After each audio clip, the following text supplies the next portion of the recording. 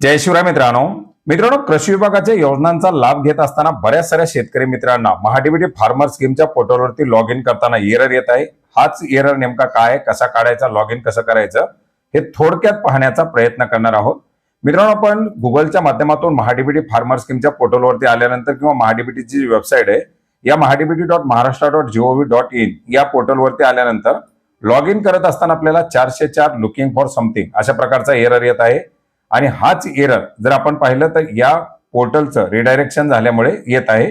आता याच्यासाठी आपल्याला काय करायचं तर आपल्याला जे काही महाडीबीटीचं पोर्टल आलेलं आहे महाडीबीटी 2.0 या पोर्टलवरती यायचंय। याची लिंक आपल्याला या व्हिडिओच्या डिस्क्रिप्शन बॉक्समध्ये सुद्धा देण्यात आलेली आहे। mahadbt2.maharashtra.gov.in या पोर्टलवरती आल्यानंतर आपण पाहू शकता राईट साईडला आपल्याला एक ऑप्शन दाखवण्यात आलेली आहे शेतकरी योजना। या शेतकरी योजनाच्या टॅबवरती आपल्याला क्लिक करायचंय।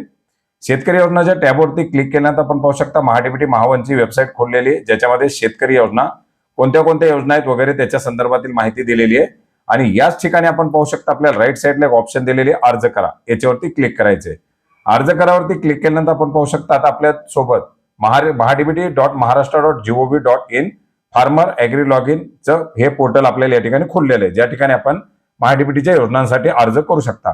वैयक्तिक शेतकरी याच्यामध्ये आपला जो काही फार्मर आयडी आहे तो फार्मर आयडी टाकायचा आहे आणि ज्यापूर्वी तुम्ही लॉग इन करत होता त्याप्रमाणेच पूर्वीप्रमाणेच फार्मर आयडी टाकून ओटीपी टाकून याच्यामध्ये लॉग इन करायचे। लॉग इन केल्यानंतर आपल्याला ज्या घटकासाठी अर्ज करायचा असेल त्या घटकासाठी अर्ज करावरती क्लिक करून आपण याच्यामध्ये अर्ज करू शकता। तर अतिशय सिंपल असा हा एरर आहे, तात्पुरता आलेले एरर आहे, पोर्टलचं रिडायरेक्शन होत आहे, त्याच्यामुळे आपण या पद्धतीने या पोर्टलच्या माध्यमातून अर्ज करू शकता।